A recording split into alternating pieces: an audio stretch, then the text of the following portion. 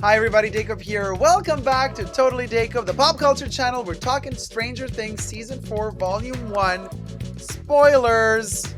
So if you haven't watched any of it by now, I mean, you shoulda, you coulda. Time to tune out if you haven't watched it yet. If you have, let's discuss this, shall we? Subscribe to my channel first here on the tubes. You can also join me on Patreon, Super Dacob all spelled together there for extra perks. Thank you to my patrons who have pledged. This video is being filmed live in front of a live virtual audience. I live stream every Saturday on my main Super Dacob channel. Go subscribe to me over there as well. And join the live chats every Saturday. Hello chat. Spoiler alert. We're talking Stranger Things Season 4, Volume 1. As I'm making this review, it's been a minute since the Volume 1 has been released. I know a lot of people are rushing on the tubes, to review it as soon as it comes out so they can get as many views as possible.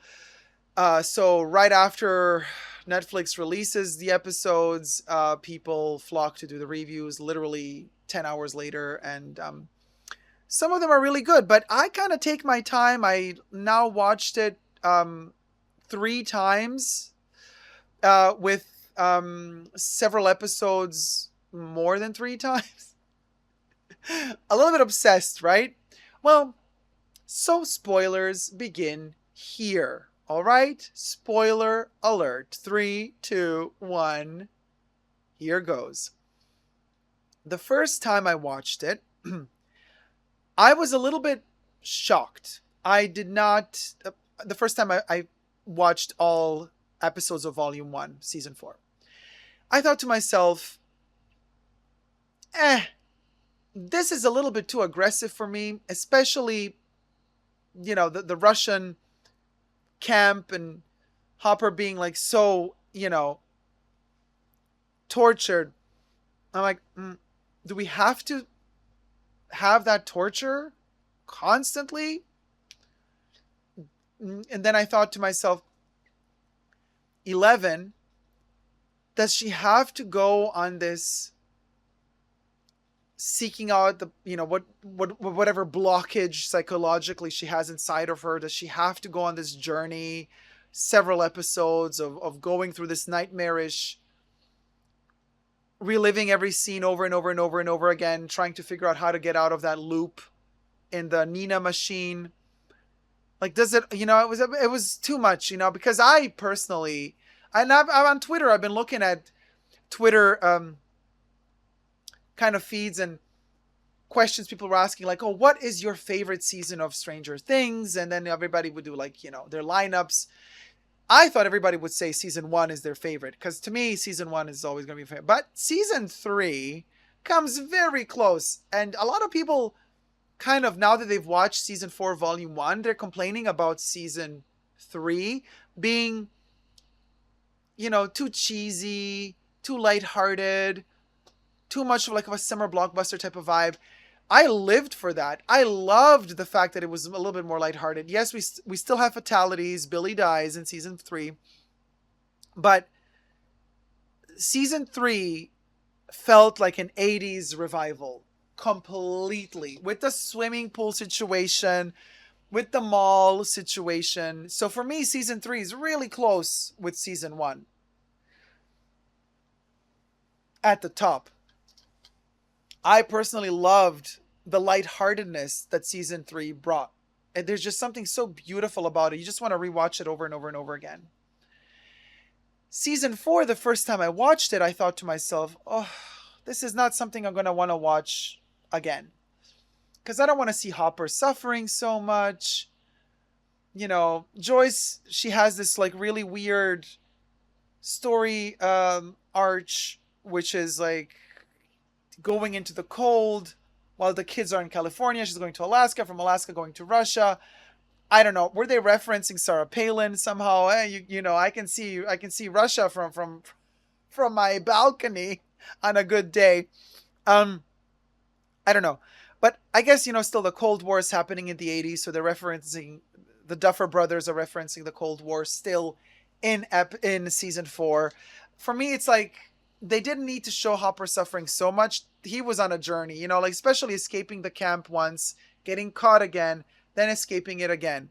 Well, he hasn't left it yet. I mean, they kind of had this weird. He finally met Joyce, but they haven't left the camp yet. So you can't say he escaped again. They're in the camp together hugging at this point, but I'm sure there's some more Russian bad guys that they have to deal with before they can actually really exit the camp. Now, I've also seen the teaser for Volume 2, where it seems as though Hopper is walking through that camp and has found some laboratory or some weird containment unit where the Mind Flayer might be contained, or some other version of a Demogorgon in spirit form.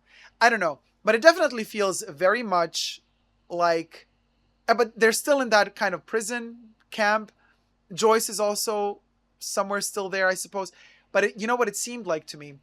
Very much referencing Twin Peaks: The Return from 2017, Twin Peaks Season 3, where David Lynch portrayed this glass container in which Mr. C is trying to catch Judy, this entity, this spirit entity in this glass container. And it's literally conceptually, well, from what I could see from the trailer, the same concept. Speaking of Twin Peaks, and this is just the trailer or teaser for Volume 2 of Season 4. But if we are, so we don't really know the concept of what is actually going to, what is it going to mean for them to see, what are these things, these kind of spirits flying in this glass box? We don't know, right? But what we do know is Volume 1. And in Volume 1, speaking of Twin Peaks, the scene already in Episode 1 that made me go, oh my God, they're referencing Twin Peaks. Even though Twin Peaks came in the 90s, still, it's the vibe, the attitude. The Duffer Brothers were definitely influenced by David Lynch, in my humble opinion. By the way, everything I say in this video is just my opinion, not rooted in any facts or reality. Listen. The scene in the cafeteria, or in the mensa, in the school mensa, right?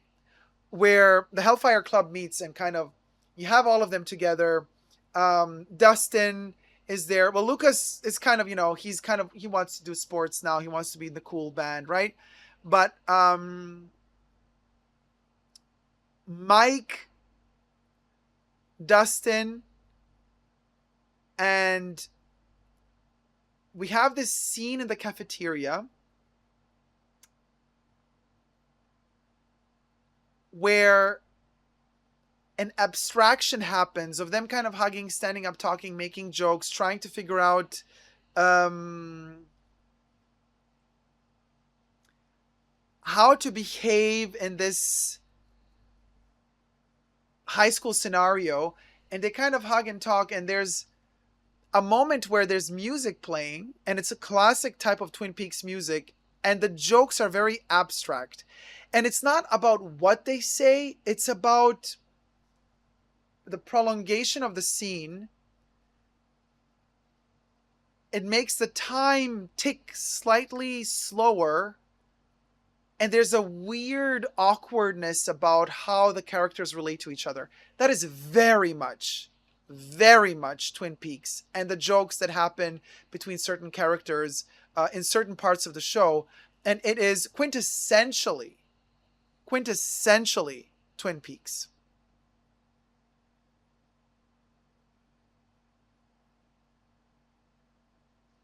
And you catch it only if you know Twin Peaks very well. Very, very fascinating. Now, as I said, it was heavy for me to see Eleven go through that whole struggle trying to remember, why did she lose her forces? She's confronting her own demons. Okay. It was painful to watch the prison scenes, right? The camp scenes. And I also suffered quite a bit through the groups being separated. It's season 4, so they separated them into 4 different parts of America, or of the world, really. One is in Russia, right? One is in California. Then we got another group in Hawkins, and then we have 11 somewhere in Arizona. However, after I finished watching it once and I thought, oh, heavy, I was like, 2 days later, I thought to myself, you know what? I feel like I need to kind of see it again. Just to like, also because like they keep bombarding you on Twitter with it that you just like, you're like, okay, I'm obsessed. So I started all over again. Strangely enough, the second time around, I was like, weird. The scenes with Hopper are not that treacherous anymore. 11's scenes were still a little bit too long, but or her journey towards getting back her powers, still a little bit too long, but the second time around it made more sense and I thought, yeah, they're giving breath to every episode. It's evolving really nicely. It's just something that you see that they've spent a lot of time working on.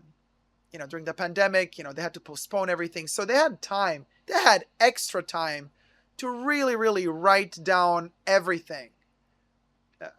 Whether it be the writing, whether it be, the situation, scenario, settings, styling of everything. Like, it really feels like something that is a world that has really been lived in, right?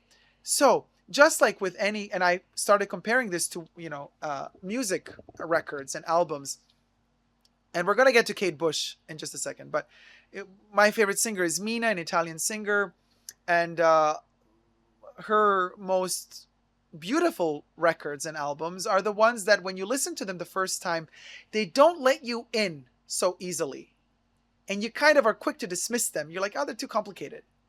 But then you listen to them the second time, and then they start slowly opening themselves to you, and the stuff that sounded complicated and kind of in the beginning, you start falling in love with it. It becomes better and better and better with every listen. And so Stranger Things season 4 is just like that. Like one of those good albums and records that when you listen through it the first time, it's just a little bit too much, like too complex. Well, of course it is. They had so much time to work on it and they really fine-tuned it. Almost fine-tuned completely. I mean, the biggest faux pas they made was, at this point, I don't even know why the Duffer Brothers admitted the mistake, but apparently the day that they all went to the roller skating ring, 11 wanted to, to show Mike around and wanted to fake like she's besties with her bully. And I don't know why they pointed out the exact day, like 22nd March or something. I can't remember what day, or May, March, something. And then all of the Stranger Things fans who are fans of Will pointed out, hey, that's Will's birthday. They're going to the roller skating ring on Will's birthday. Is that why he's sad? So people started asking the Duffer Brothers, is that why Will is so sad? Is he so sad because nobody remembered his birthday? And then the Duffer Brothers responded saying, oh my gosh, we're so sorry. We literally did not see that one. He's not sad because it's his birthday. So they said, like, we can do two things. We can either change his birthday or change the date in which these actions happen in the roller skating ring. So, ouch. They admitted to this mistake, but not in the best of ways. I mean, they could have just, like, zipped it, not say anything, and let us kind of guess whether or not, because fans started having fan theories and all that good stuff and bad stuff about the fact that they forgot Will's birthday. Well, turns out the Duffer Brothers forgot that they decided that that would be Will's birthday. So that's a bit of an issue. Then in the first episode, as I'm watching,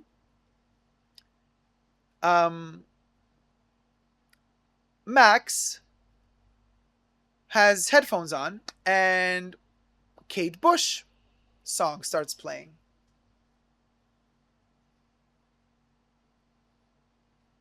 And I'm like, oh, that's a little bit pretentious.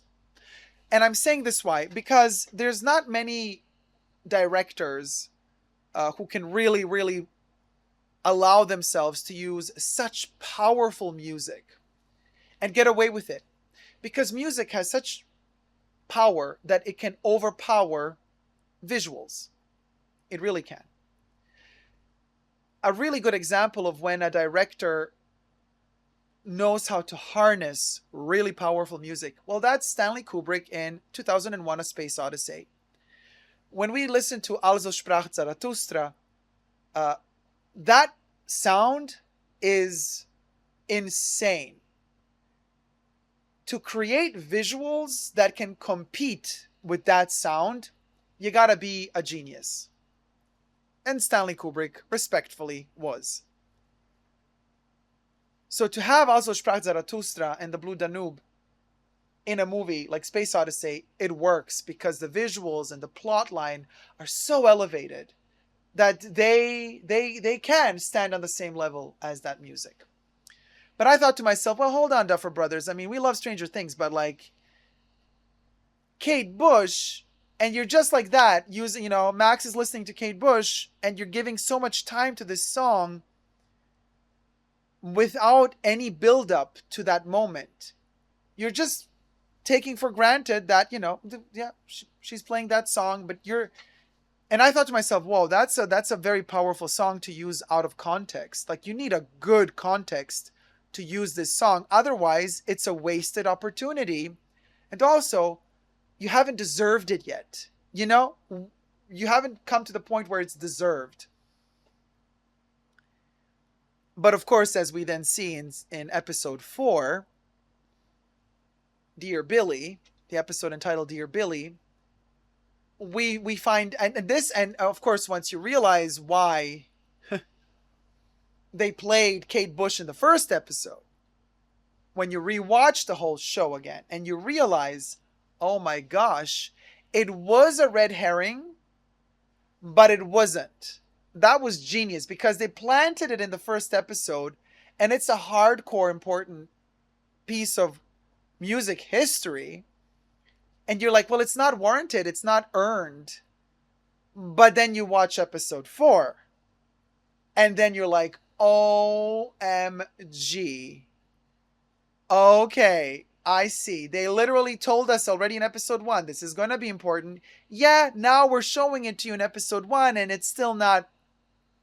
You still don't know why we would dare use such a powerful song without any merit. But if you wait, you're going to find out in episode 4. And then in episode 4, boy, did they deliver. And I'm like, oh my God, this could be Kate Bush's new single video for that song. And in particular, of course, I thought the CGI was not the best. They could have invested a bit more money to make that scene a little bit more impactful. But then I thought to myself after watching it the third time, and actually that scene I watched at least 10 times, of Max running away from Vecna. After watching it several times, I thought to myself, you know what? The cheap CGI is kind of not that bad. Because, I mean, we are playing with a lot of different pop cultural phenomenons or iconic moments from the 80s, one of them being A Nightmare on Elm Street with Freddy Krueger. So in a dream-like scenario, things don't have to look really real and perfect. So when she's in Vecna's world and he's hypnotized her and she's in her dream state and then she wants to run away from him, the CGI does look a little bit cheap. All the red surroundings and the buildings, pieces of the house flying around. It's not the best CGI, okay? We've seen better from Hollywood. But within that context, and also don't forget, we're still kind of in the 80s.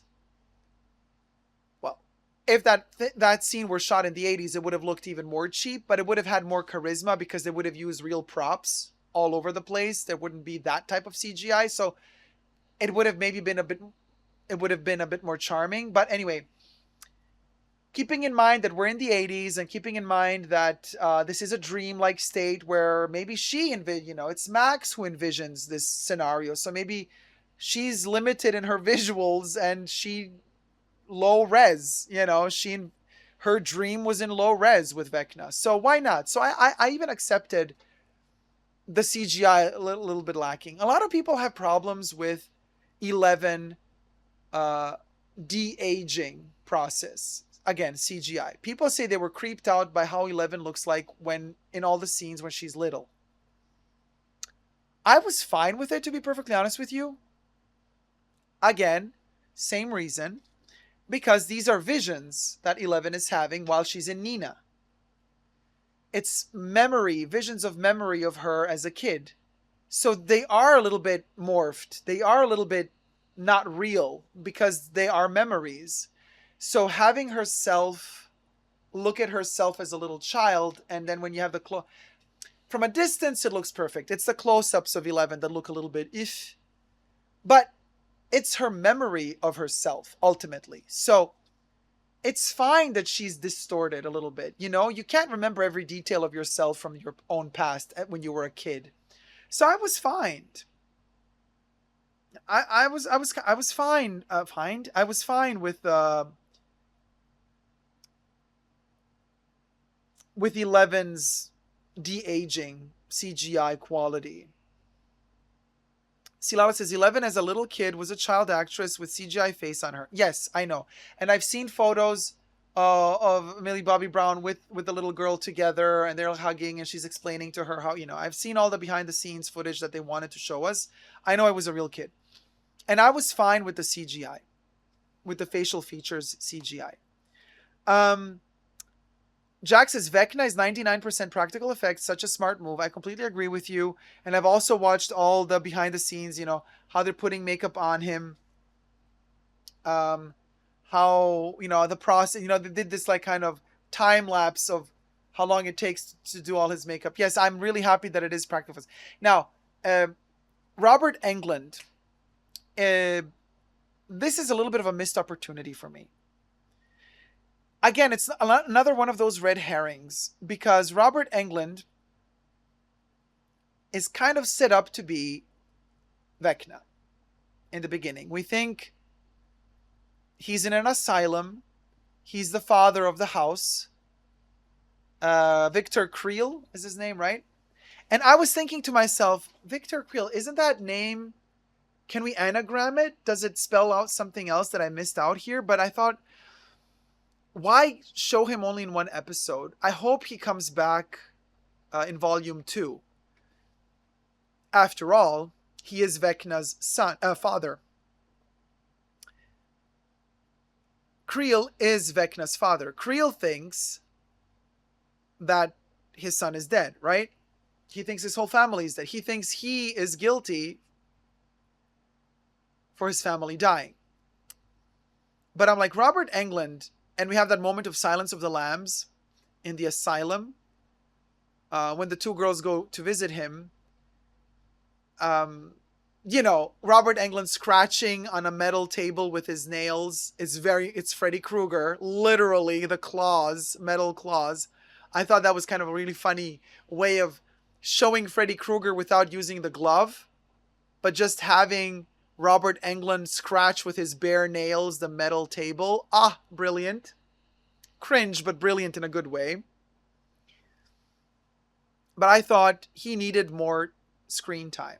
It was wonderful makeup on his face, you know, with the blind eyes. And Robert Englund is a great actor. So maybe it's a good idea that they used him only in that one scene because it was really impactful.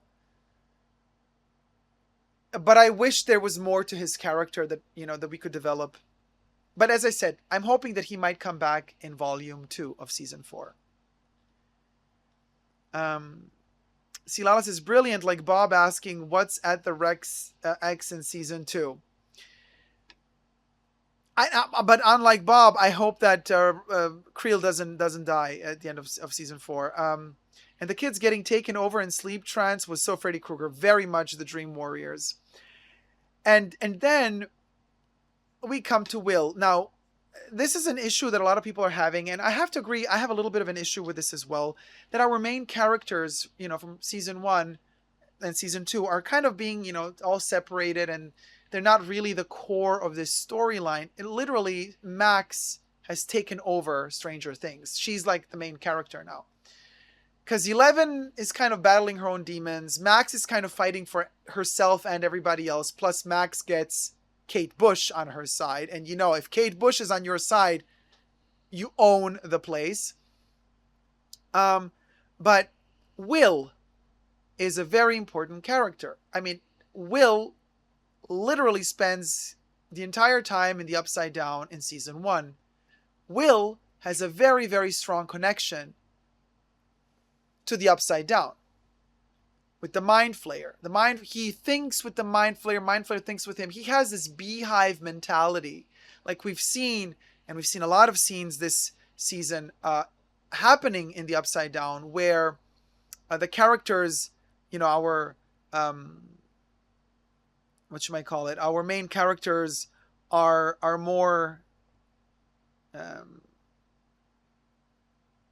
what you might call it, they're more inside the Upside Down. And the Duffer Brothers also said, yeah, in season 4 you're going to spend way more time in the Upside Down than you have before, which is really cool. But it's, what did I want to say? I forgot. Oh, you're preferring Max's acting? Yeah, me too. She's amazing.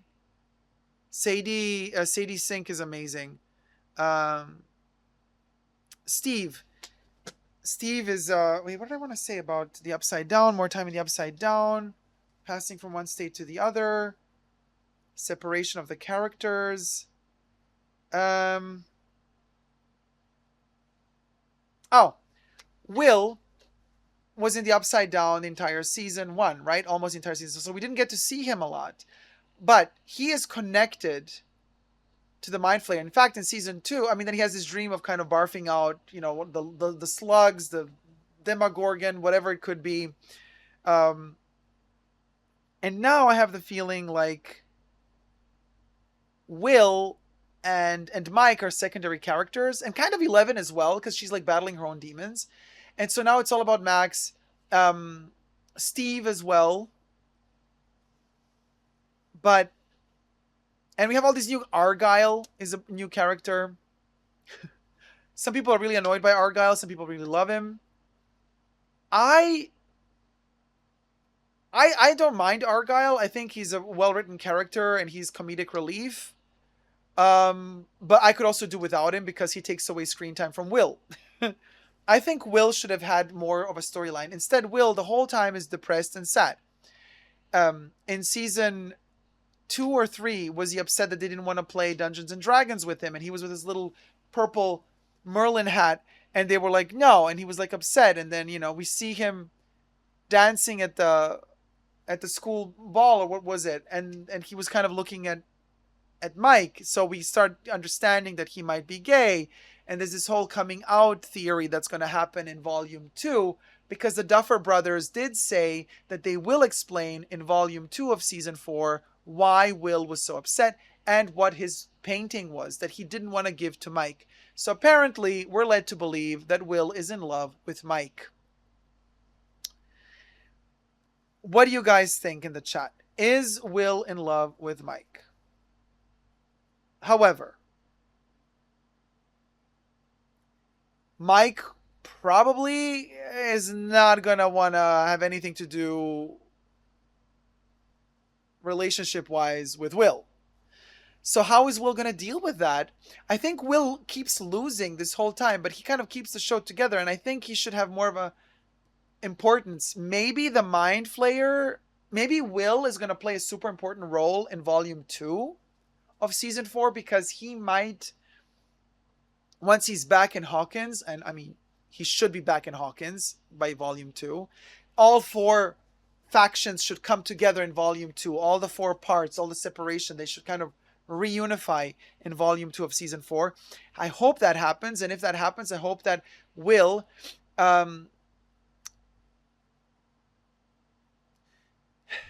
look, number 1, which, spoiler alert, is Vecna,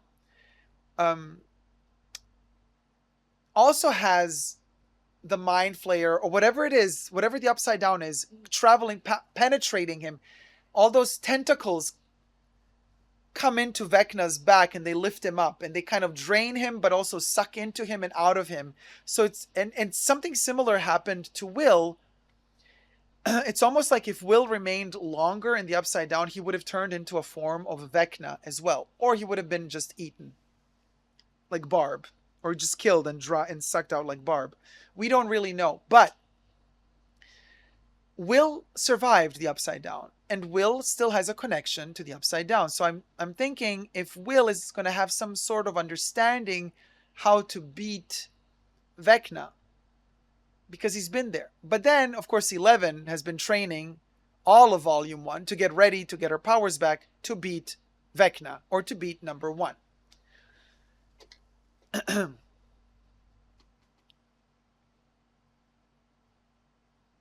What I am curious about is the moment in Volume 1, at the end of Volume 1, where 11, the child 11, manages to beat number 1 and send him into the Upside Down.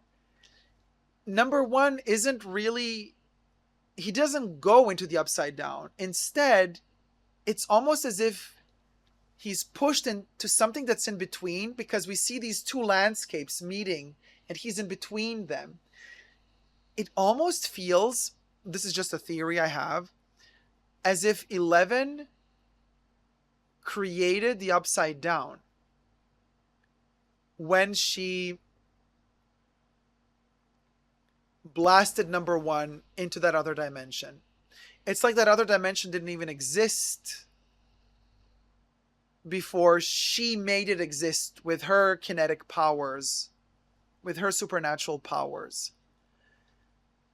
And if this is true, if my theory has any ground, then that would mean that in season 5, and the Duffer Brothers have hinted at, or have actually openly said that season 5 will be the final season, then I feel like in season 5 we might find out that 11 is the Mind Flayer. Now, hear me out on this one. Not that she's evil, but that the Mind Flayer is like a tulpa, again, very Twin Peaks, is like a projection of her, like her, the dark side of her, all her fears. You know, she pushes into the Upside Down everything that she wants to hide from, or that she's battling against.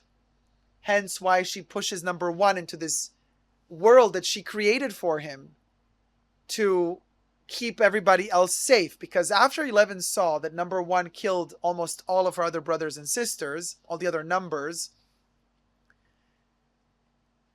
the only way she thought she can save other people is by putting him into a place where there are no other people.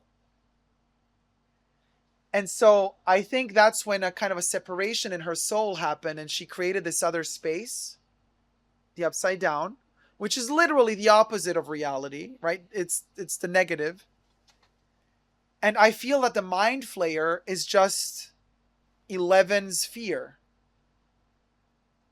All the negativity, she just blocks it off over there. So the ultimate end boss in season 5 is herself, battling herself, her own demons. In fact, we have hints of that already in season 4, because what's the guy's name? I'm looking at the doctor. Oh my gosh.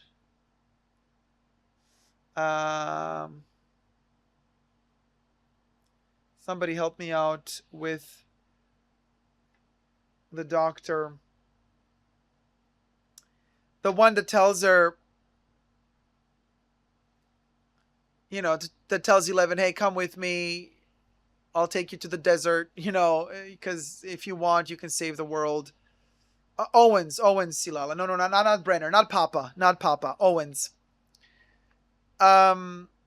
He hints already at the fact that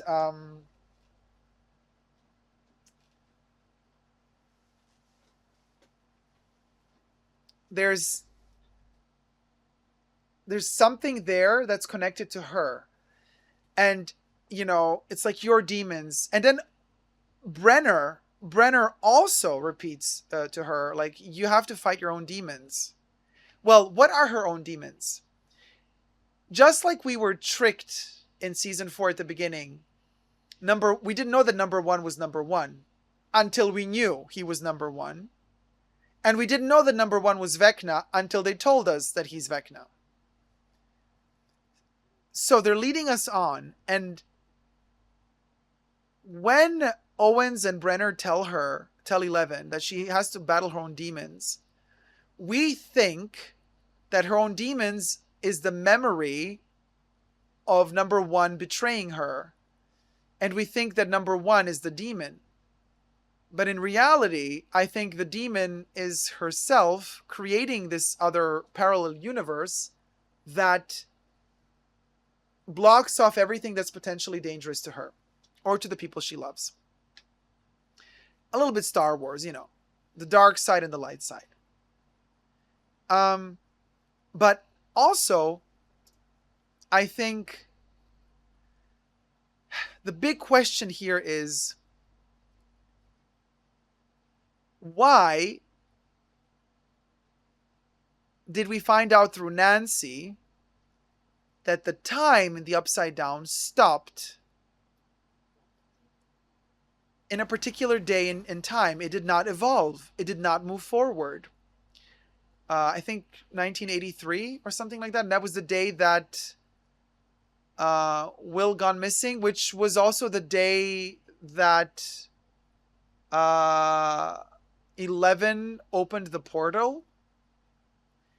Now, I don't quite understand here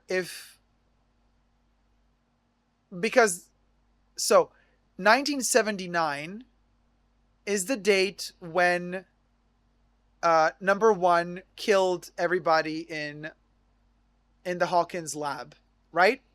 Because episode 1 begins with the massacre in Hawkins lab. And they give a date, 1979. So if that's the date when 11 pushed number 1 into this new world that she might have created, allegedly, that's one important date. Second important date is the date when she escapes from the lab. Now, did she escape from the lab the same day that she pushed number 1 out of the... No, I don't think so. I think she escaped later, a couple of years later. But a couple of years later, we've already seen Brenner make her contact the Demogorgon. When she was in that black room, and there's a Demogorgon, and she touches it, and when she touches it, they made us think that that's when she created the Upside Down. Or that's not when she created it, that when she touched the Demogorgon, that's when the portal opened. So I'm thinking she created the Upside Down in 79 when she sent number 1 away. Then they made her go through the darkness to look for her demons. She finds the Demogorgon. Of course, she finds the Demogorgon while they're making her try to go into the mines and travel through time and space and see what other politicians are saying in other countries. You know, like, what are the Russians planning now, 11? Go spy on them. And while she's doing that, she encounters a Demogorgon. She touches the Demogorgon, and then the portal opens. Now, I'm a little bit confused on this point. When she touches the Demogorgon, and the Demogorgon acknowledges her existence, they kind of were hinting that that's when the Upside Down was created, but no, the Demogorgon was already there, so the Upside Down already existed before. Or is the Demogorgon from another reality altogether, and he was just placed into the Upside Down after she encountered it by accident in that black void room, while she was trying to spy on Russians or whatever, other politicians. I don't know, but what I do know is that I'm confused about the fact that Nancy says time stopped the day Will went missing. Will went missing the day that 11 broke out of Hawkins, right?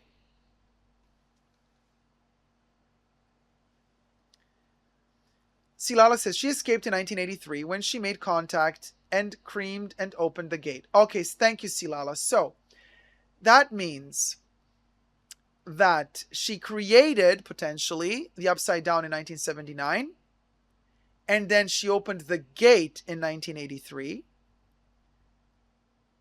When she opened the gate, Will went missing. Why does everything freeze in time in the Upside Down in 1983?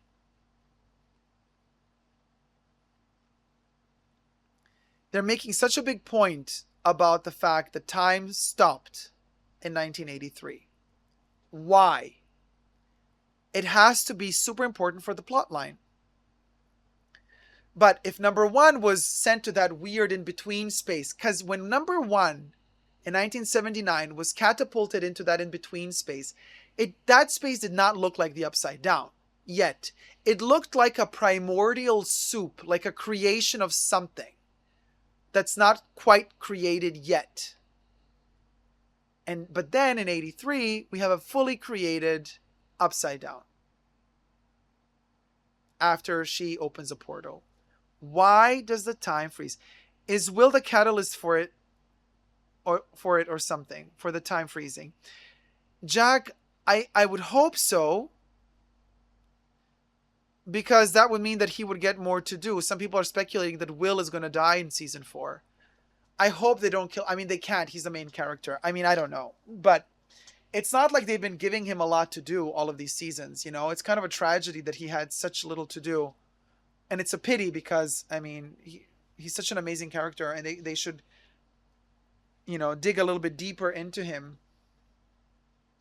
And maybe he's going to be the one to save 11, to help her beat her demon in season 5.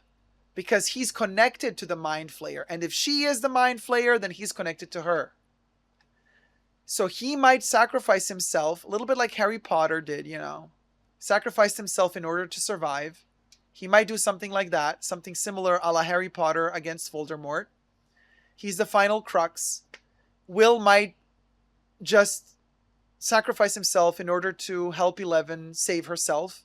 And then he might come back after that. But the time freezing in 1983 is something that I don't understand. Why? Why would it freeze? If she opened a portal in 1983, time can just keep going. Why? It's not that she just opened a portal. She created that entire world then in 1983. Because why? Was the time before that ticking? Why did it stop? Oh, maybe time stopped after she opened the portal. Because she disrupted some weird balance? I don't know. Confusion. Winnie, yeah, no, this is not the last season. This is season 4, and we're going to see season 4, volume 2, 1st of July. And then they're going to shoot season 5. Season 5 should be the last season. If it's super successful, they might prolong it again. Caleb says, without people in the Upside Down, nothing could have changed. It's like a snapshot of that moment. But why? Oh, okay, so you think that snapshot exists because Will was taken in? Because Barb was taken in after that. She never left. Jack says, is the time moving dependent upon when the portal is open? Possibly. But also, and this is why I've been thinking about time so much, because Vecna's way of communicating to his victims is through clocks. And we know that Vecna, when he was number 1, when he was a kid, he had the power to kind of move the clock backwards. I don't know if he had the power to move time backwards, but he definitely had the power to move mechanics backwards. So there's this clock ticking before his victims get killed. And I'm like, well, it's so indicative that this clock is in my opinion, might be connected to the fact that time stopped in 1983.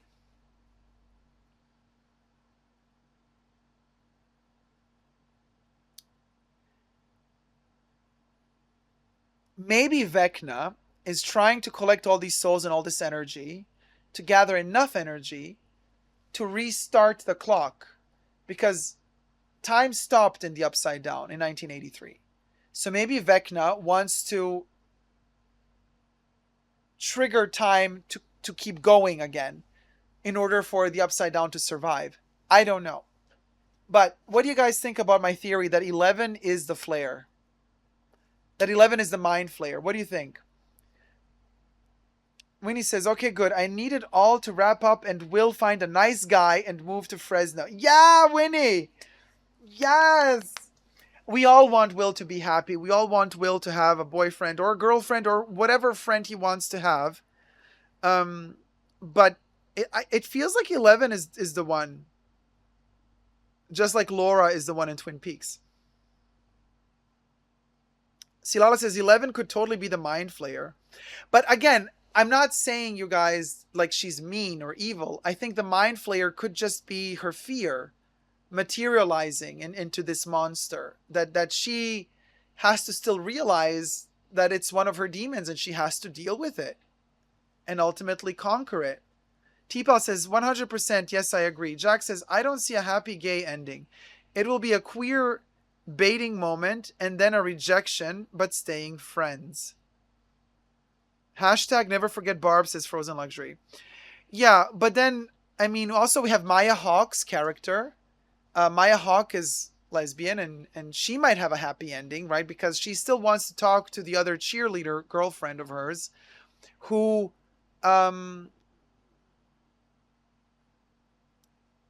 Steve thinks is lesbian too. So she might have a good ending there. Eddie Munson is straight. How cute is Eddie Munson, you guys? How with those round eyeballs, he looks like a hobbit, but a tall hobbit. He is so cute. Like a teddy bear cute. Jane says, my husband disagrees with all of your theories. Too bad he's not subscribed, so he's just ranting to himself. Oh, Jane, little does he know. Well, what's your hubby say, Jane? Can you please ask him? Because I'm dying to know. And I'm not even throwing shade. I really want to know. Because if he has a plausible theory, here with it. Let us know. Ask the hubby, is... Like, yeah, how's it going to end? How is season 5 gonna end? Yes, Jack. Yes, Uma Thurman's daughter. Caleb says, I love Robin. The Robin-Steve dynamic could be their own show. I totally agree with you, Caleb. In fact, she was asked, Maya Hawke was asked in an interview, like, what was your favorite scene? And of course, they're all going to pick their own scenes. But she picked the scene with Steve in, like, one of the opening scenes for them in the videotape store where they're, like, just, like, kind of bouncing off each other. It was beautiful chemistry between them. They have really, really good chemistry. And I love the conversation in the car, talking about the boobies. That was also amazing. Not for nothing, Jack Silala says, but Will was never gay. There was that one line in season 2 that got people talking. If they queer bait, it's only to make the woke happy. Interesting point, Silala. So he might be straight, you're saying. Well, apparently we're going to find out what he was drawing on that paper that he was about to give Mike but didn't. We're going to find out in volume 2 of season 4.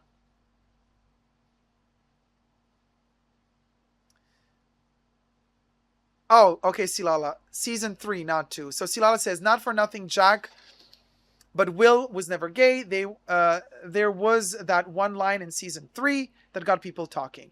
If they queer bait, it's only to make the woke happy. But there was also in season 2 when they're dancing, end of season 2 or end of season 1, when they were dancing and he was hugging the girl but he was looking at Mike.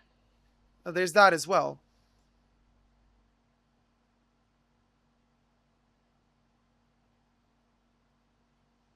KG says, I love Eddie. New fan favorite. I need a Hellfire Club tee. Eddie Munson is adorable. Frozen Luxury. Oh, and Caleb agrees. I agree too. Frozen Luxury says, girl, when Will open his mouth, the parade comes out. He kind of get right when he started singing the Neverending Story song in the desert. Winnie B says, no, Will is fam for sure. My gaydar is never wrong. I also think he's gay. Jack says, we know, but the influence he might have over script writing is nebulous. Oh, wait. No, I don't think that Noah Schnapp is gay. I don't think that the actor is actually gay. I just think the character is.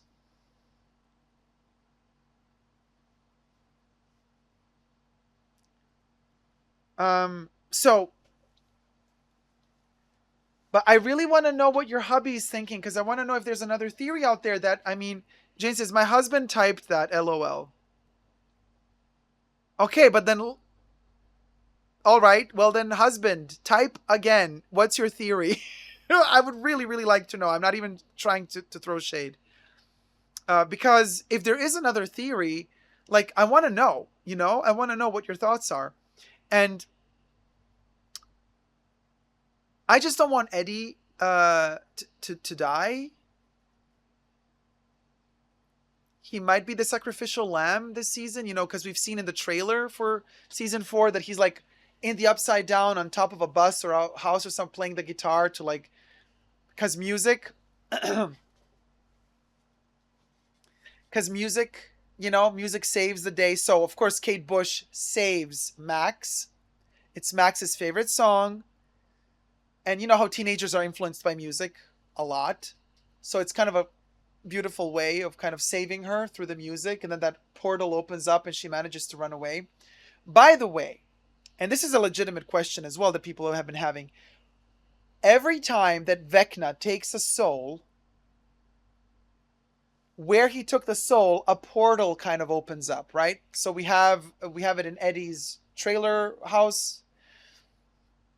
We have one in the lake where Patrick was taken. But then Nancy's journalist colleague, I forgot his name, he's taken in the middle of the street. Where's the portal to that? Where's the portal in the middle of the street where he was taken? Because there would be a portal literally in the middle of the street. Because that's where he died. So that's a little bit confusing to me. Oh, Jane says, husband said, the upside down is the shadow plane. It always existed. Okay, so he doesn't think that number 11 created it. The clock is related to number 1 and his family. Yes.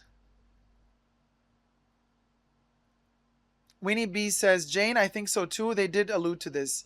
They did allude to this often, but why then, when 11 sends number 1 to the upside down, why did we never see that version of the upside down before? With like those 2 planes up and down and everything looked like a primordial soup. It looked like the world wasn't formed yet. And he was being burned and torn apart and turned into this monster. Why don't other people that go into the upside down, why don't they turn into these monsters too? Jane says 11 opened the portal when she sent number 1 there. He dictated that to me. Okay, thank you, Jane.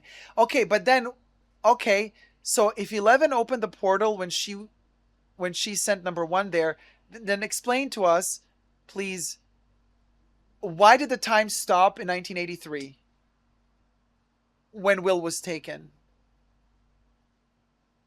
to the upside down? Why did time stop then and it never continued after? And yet there's been people going there after, well, and time didn't continue. Winnie says 11 didn't really have enough power to create it. It just mistakenly sent him there. But number 1 was really powerful, and she was more powerful than him.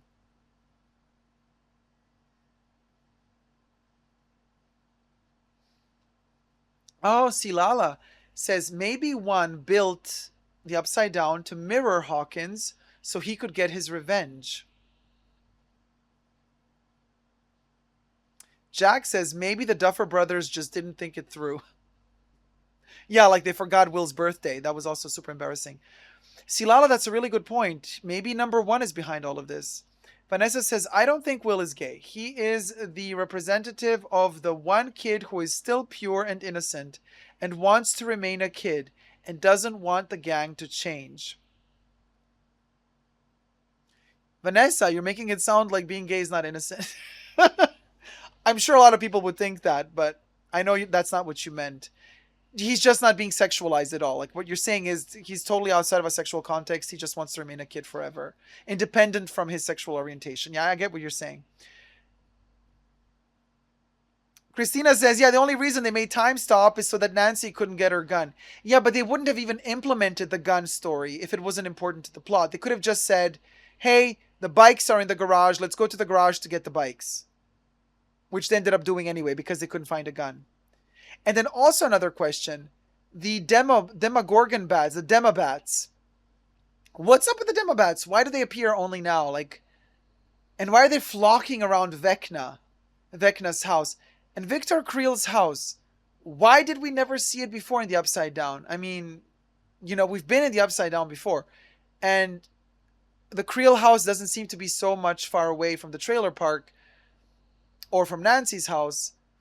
Bizarre.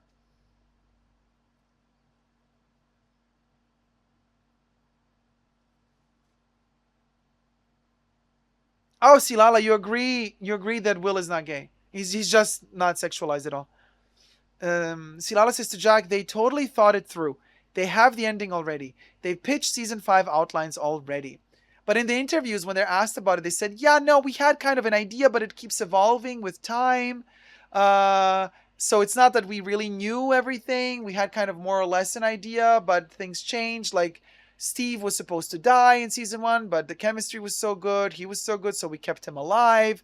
Then they also said that Eddie and the cheerleader lady, I forgot her name, that dies in episode 1 of season 4, volume 1, they shot her death scene first, and then they shot the scene in the woods. And they said, wow, her chemistry with Eddie was so amazing. We thought, oh my gosh, we should not have killed her off. Had we not shot the death scene first, we would have kept her alive. Just for Eddie. So that was an interesting point that the Duffer Brothers said. When they said that, I thought to myself, geez Louise. Plus with the forgetting when is Will's birthday, I was like, I don't know if they really got everything together. Silala says he's got to be pissed 11 is stronger than him. Teepa says Will was upset that he was being treated like a kid. Huh.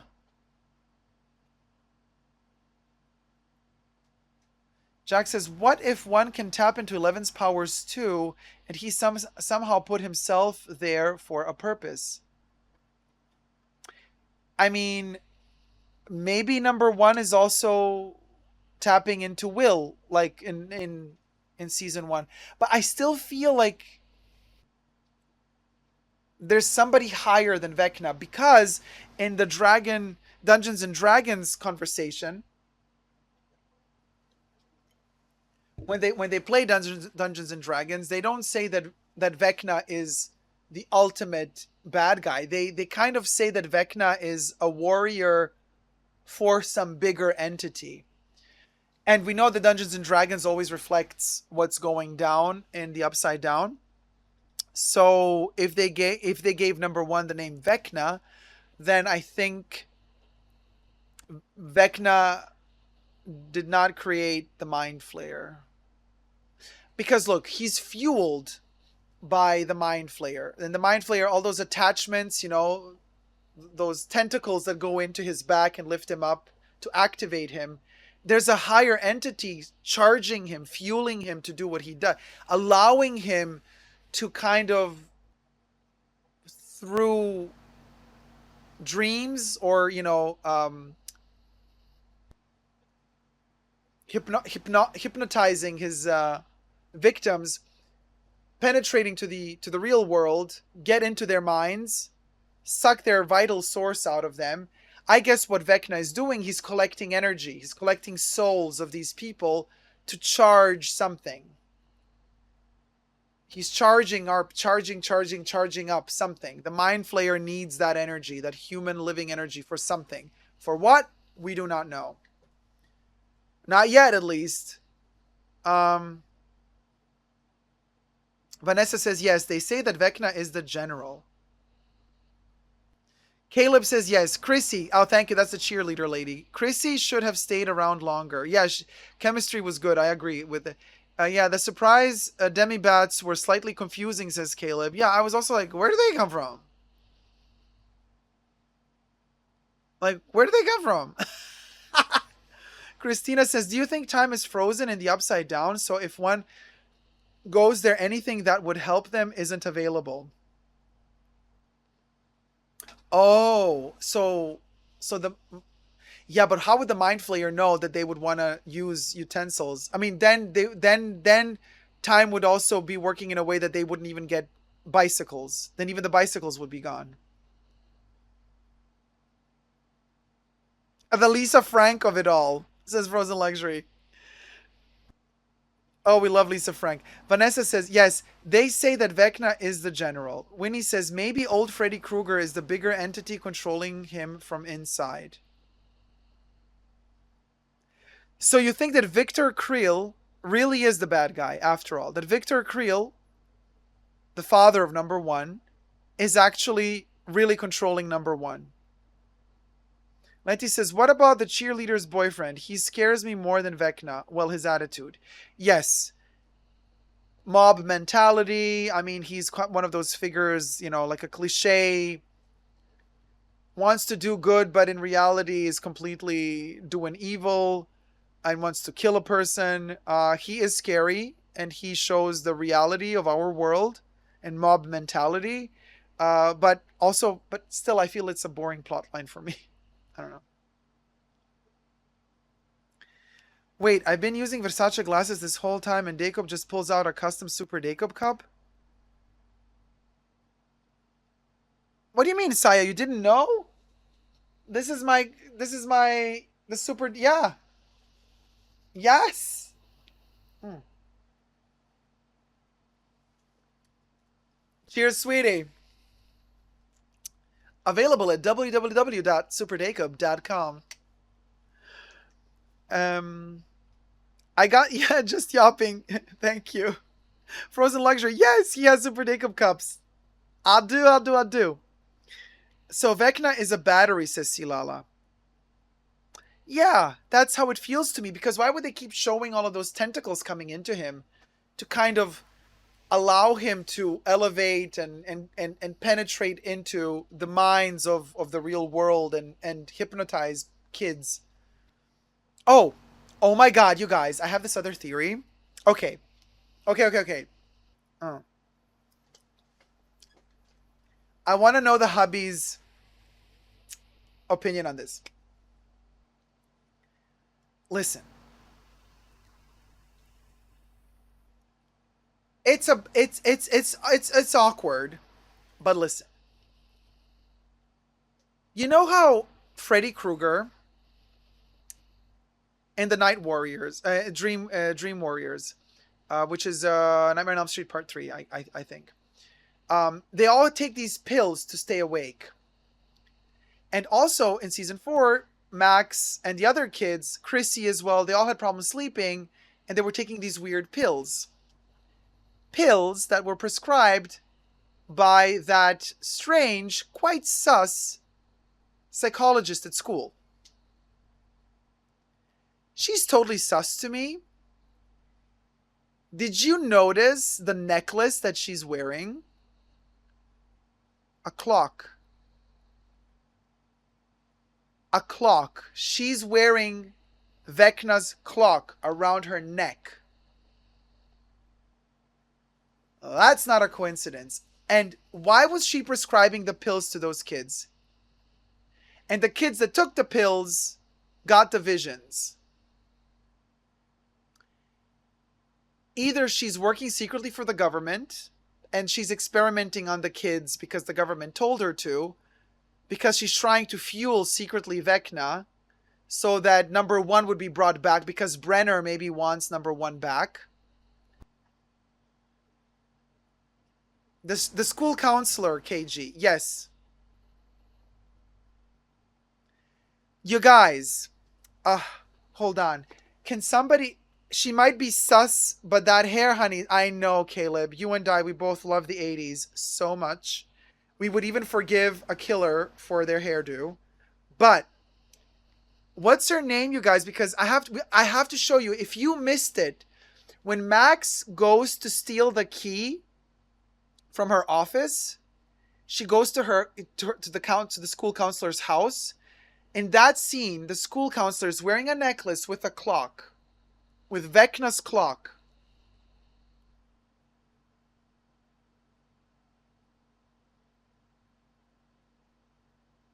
I know, Vanessa. I was just teasing you. Vanessa says, "No, I didn't mean being gay is not innocent.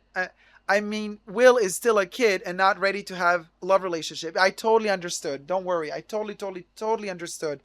Um, yes, Letty, she's wearing the clock necklace. Guys, I wish I could show you the photo, but I don't know how to look her up. Stranger Things counselor, maybe Stranger Things, because I don't know her name in the show. Counselor season 4. Okay, let me see if I can find an image.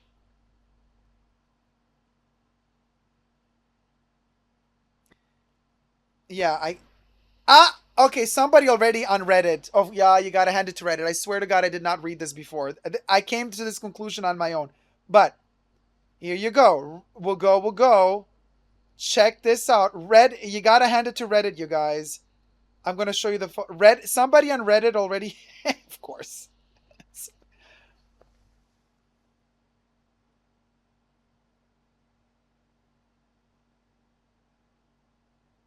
So it's like she's the key to the clock. She's wearing, oh my God, it's the key to open the clock. Her key is a clock, but it's a key as well.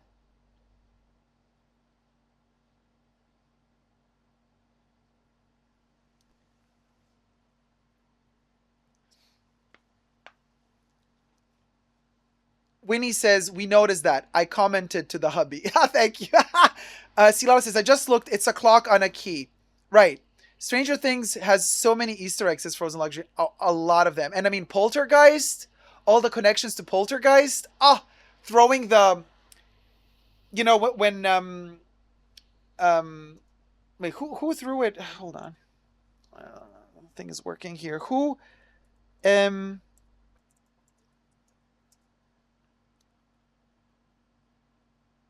Dustin. When Dustin threw the sheet up, in Eddie's trailer, and he's like, "I have a theory. It might then go into the upside down." That's Poltergeist, you guys. Steven Spielberg's Poltergeist. Um. So Jack says maybe the grandfather clock is the big bad enemy. Jane says husband went up to shower. He's no longer listening. Oh, okay, Jack says all along. Vanessa says yes. She was wearing the gold clock necklace with the key.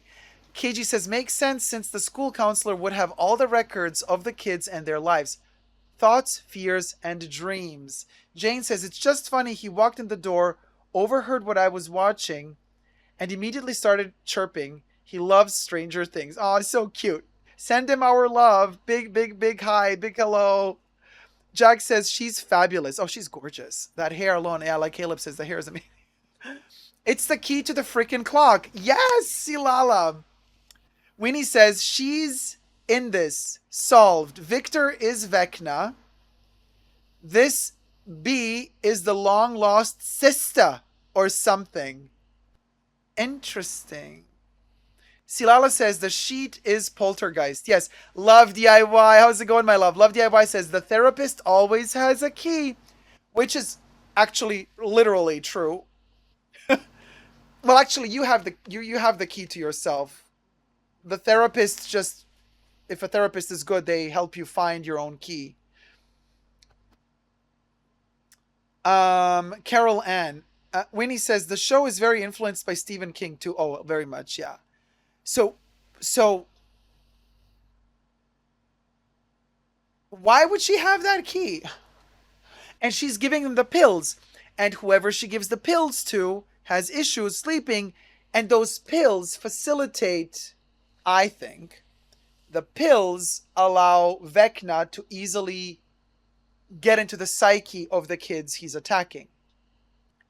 So she must be told by someone to give these kids the pills.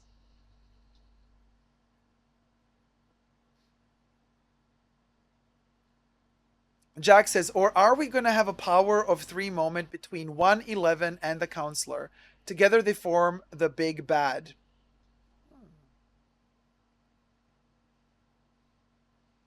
But now that you put those numbers together like that, 1 and then 11, you know the magical number is 1111? There's one more one we're missing. And then we get the 1111. Winnie B says we have to figure her out. She's getting them from Victor in the psyche. She's getting them from Victor in the psych ward.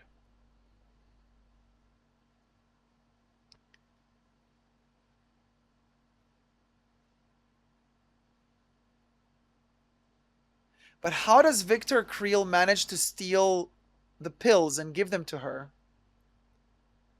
Because he's like completely locked off.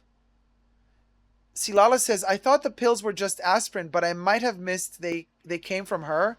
She prescribed them. Yeah, and Max said, wait, we were all taking the same pills. Each one of the kids that was killed was taking the same pills. Chrissy was taking the same pills like Max was. T-Pal says, but why is Vecna an evil entity? His father killed him in human form as Henry Creel. No, T-Pal, his father didn't kill him. We have the reveal in the last episode of Volume 1 that his father thought he killed him, but he didn't. The kid manipulated the father, but the father didn't die just because the father heard a song that he loved so much, which is also the reason why Max was saved, because she was listening to Kate Bush. And so his father, he said, you know, Victor was talking and he said, oh, time just stopped and I was frozen and I couldn't move. That's when the song played. And then when the song stopped, he went back in and everybody appeared dead, but his son was still alive. Just the son was out of energy because the son tried to kill him. The son tried to kill everybody. But because the dad listened to the music, the son couldn't get to him and he used up all his energy. He wasn't ready yet to be that powerful. And then he collapsed because he was drained of all his energy. And so it looked like he was dead. And then the father came back in and the father thought that the father lost his mind and killed the whole family and had a blackout and didn't remember how.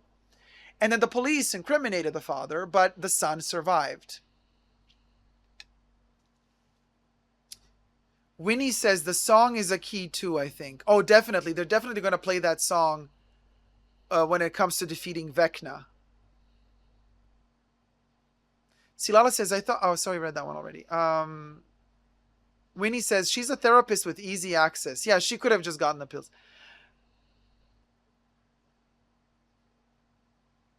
What is the therapist's actual name? Do we know the...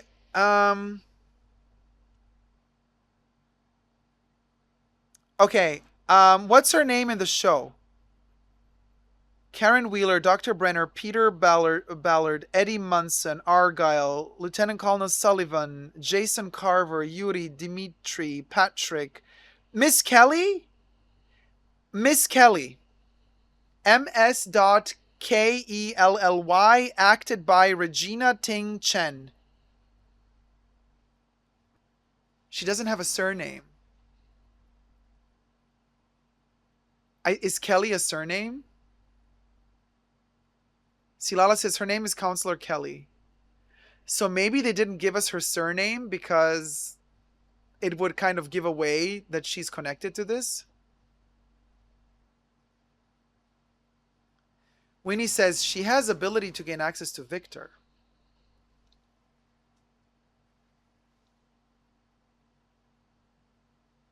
Jack says Miss Kelly KLY.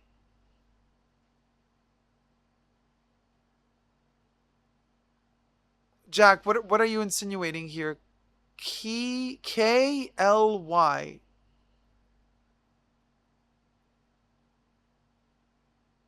Silala says that could be her surname.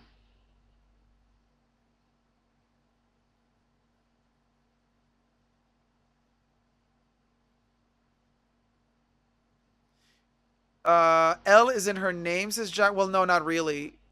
It's Kelly.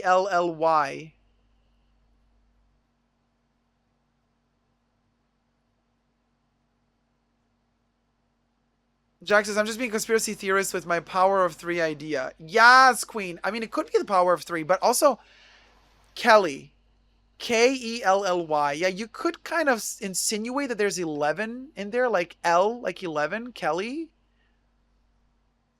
L as in 11. Oh, that's not what my website says. No, here I have her name, Miss Kelly, MS dot Kelly, actress Regina Ting Chen. So,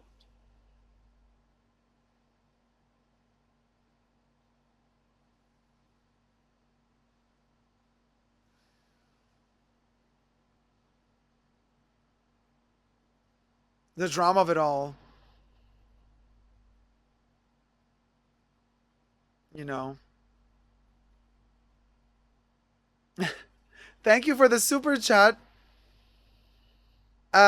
Amazing channel. What is your signature scent? Okay, well, we're in the middle of another conversation. I'll answer that in just a second, but I'm gonna pop a cherry to thank you for your support, sir, kind sir. Woo! Thank you so much for the super chat. I don't really have a signature scent, to be perfectly honest with you, because I keep changing and I love so many of them. But if I would have to like choose the one, it would be Chanel No. 5, the pure perfume. Not that I wear it every day, but I love it so much. I love it so much. Kelly is the one with Victor and Vecna is a puppet. I'm telling ya, Kelly might have been this whole time one of the bigger, but I'm not so sure though. You know why? Because Hollywood has to have representation. It's a big theme since years now for Hollywood. So they're not killing off black characters. And like literally one of the only Asian characters that they have, they're going to make them evil.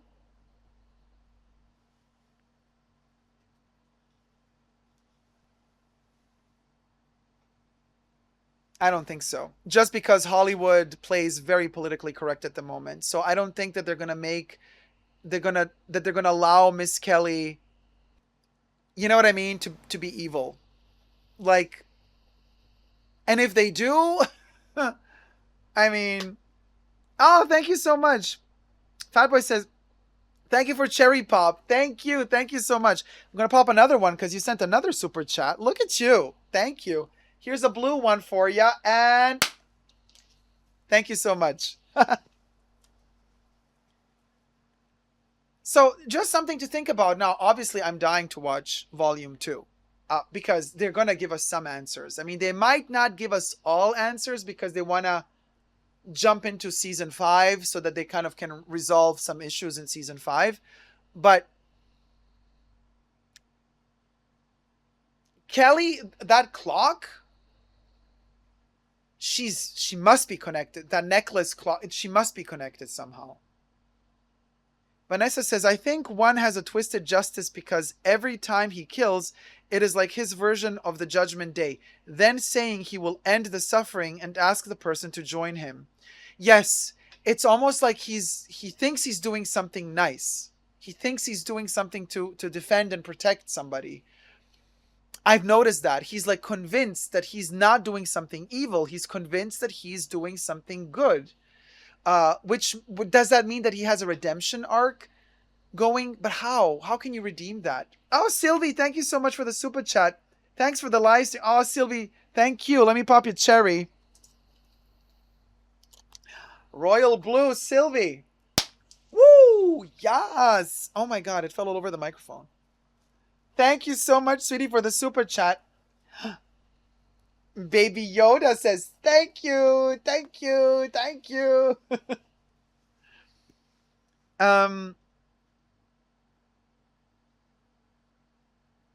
So, what is my favorite character in the show so far? I want to say definitely Will is one of them. Um, Joyce, I mean, Winona Ryder, she can do no wrong. But you see, I feel like she's been kind of stolen an opportunity here. I mean, she has a really good contract. Her name is the first one to appear whenever we have the opening credits of Stranger Things. Winona Ryder, when they had the table read, did you see that? When they had the table read, she sits in the middle. Her name is first.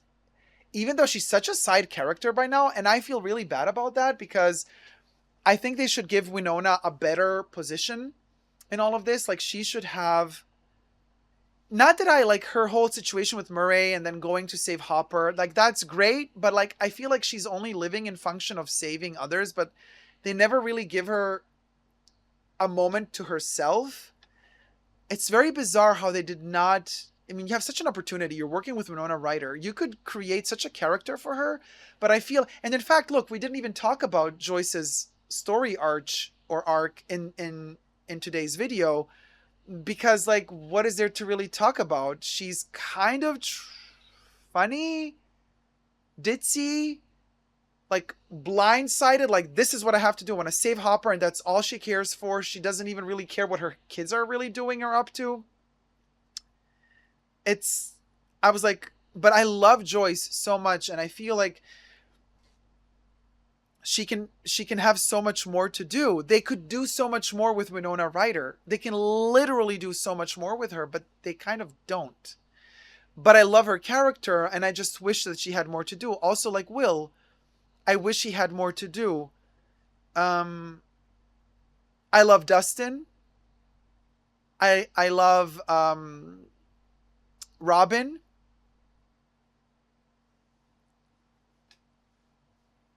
Steve and Dustin, they're made. Them two, kind of all the jokes that they have, like poking at each other but being bros. It really cute, really cute. So it's kind of Steve, Dustin, and yeah, Will and Joyce are my favorite characters. 11 would be a favorite of mine as well. And I know I'm gonna say something, people are gonna hate me for it, but like if it weren't for the fact that Millie Bobby Brown is kind of really annoying when she gives interviews. I know she's still a kid and she's growing up and she's gonna learn. They're gonna they're probably gonna tell her, hey, don't interrupt your colleagues when you're all giving a group interview. Don't speak over others.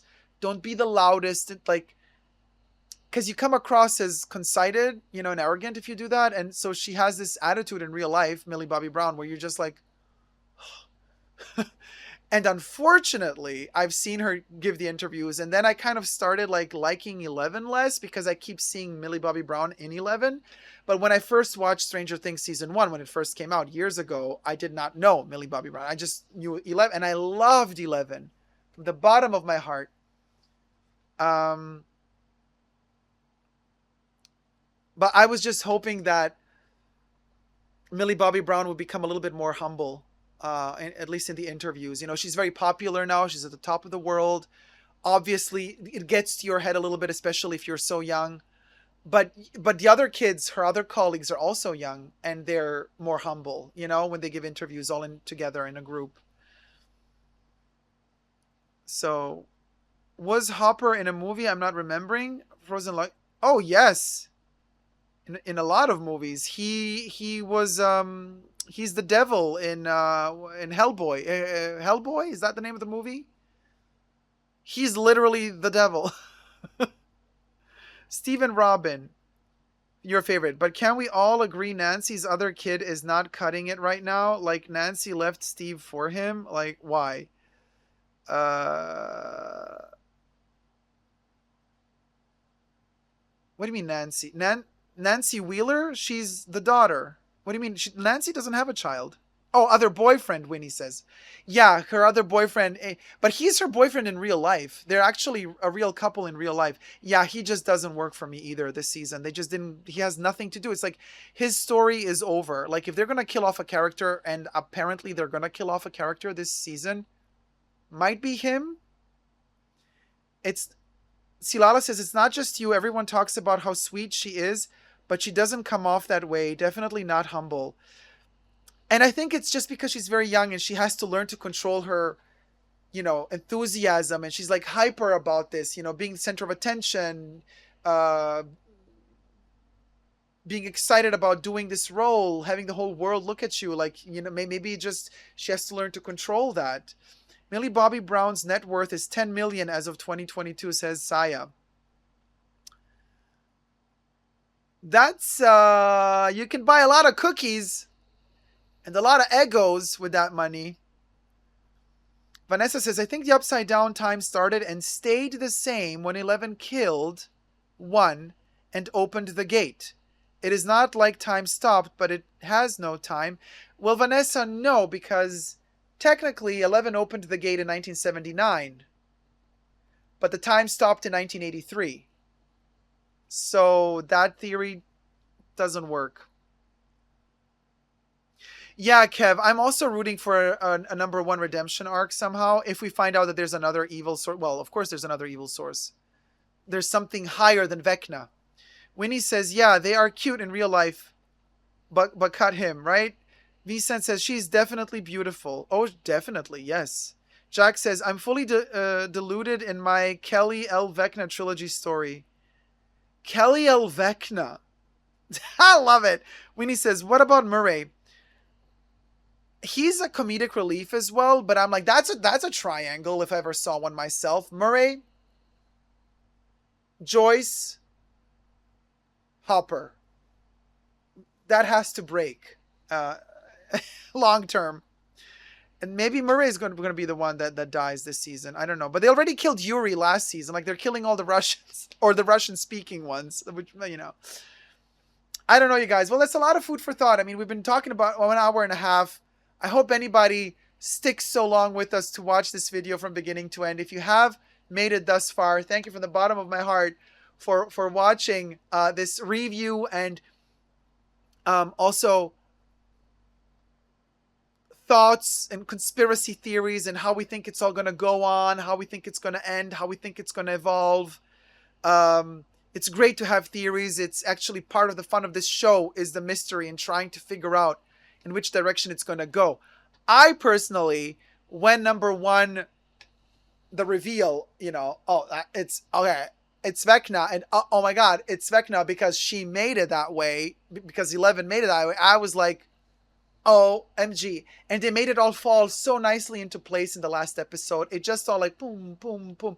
And then Nancy having those visions of seeing what's happening in the Creel house, and 11 at the same time battling it, and 11 gathering her memory again, and Nancy seeing it all. That's a good question. Why did Vecna decide to show Nancy the truth? Oh, hold it. This is why.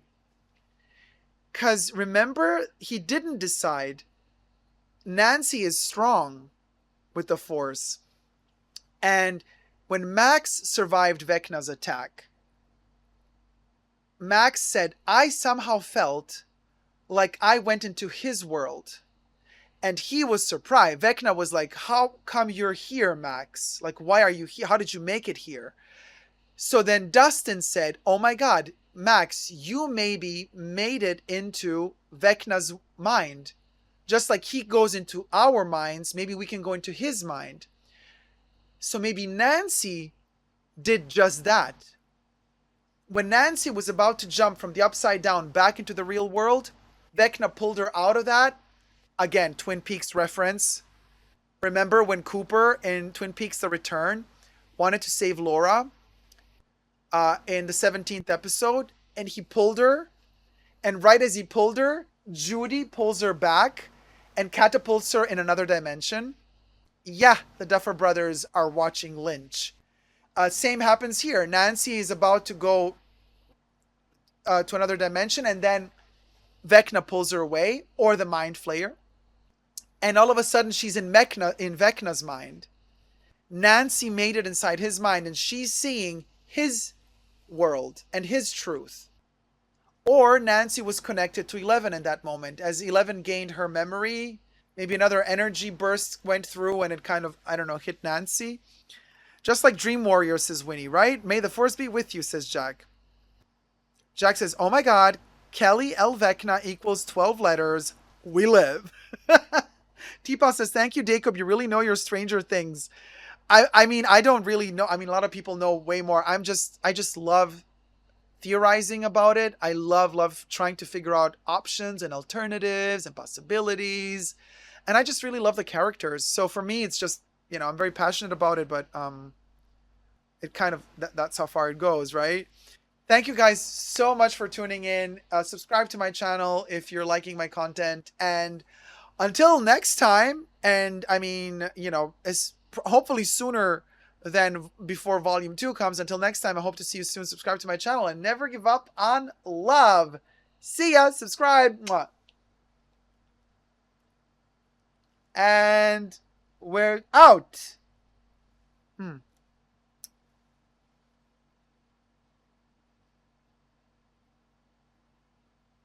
Why doesn't it not stop recording? Okay, so I need to add here fade out, which didn't happen for some weird reason.